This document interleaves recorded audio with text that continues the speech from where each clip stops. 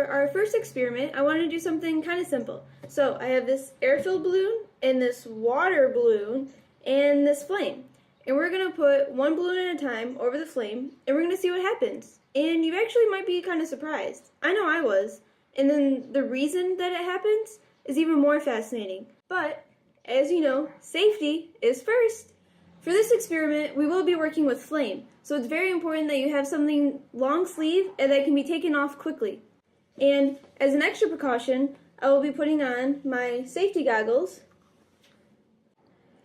And remember to have anything that's long or dangling hidden so that it doesn't get in the way of your experiment or your eyesight. And I'm also going to wear gloves.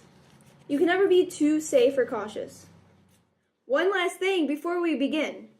I want to explain what this has to do with God. Now, we're going to pretend that our water-filled balloon is someone who has a great relationship with God. And we're going to pretend that this air-filled balloon is someone that doesn't have a great relationship with God, is just feeling kind of empty and lost. And our flame is going to be evil and sin. And everybody sins. Did you know that something as simple as not liking someone or being mad at someone is technically a sin? But let's see what happens when you have a relationship with God versus when you don't have a relationship with God. And finally, the experiment. So let's start with the air-filled balloon. What do you think will happen? Well, let's find out. Whoa! And that actually put out my flame. So, what happened? The flame, or the sin, was able to weaken the balloon until the air was able to push itself out and pop the balloon. Now that we've seen that, what do you think will happen to the water balloon?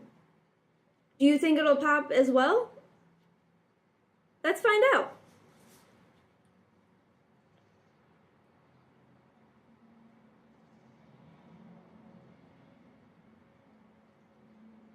It's not popping.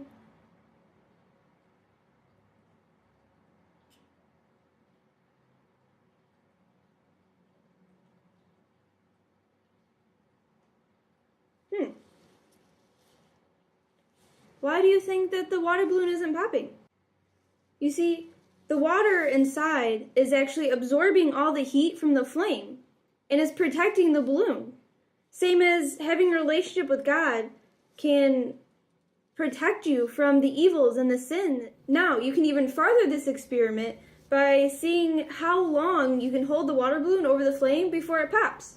Now, I tried this for 2 whole minutes and it still didn't pop.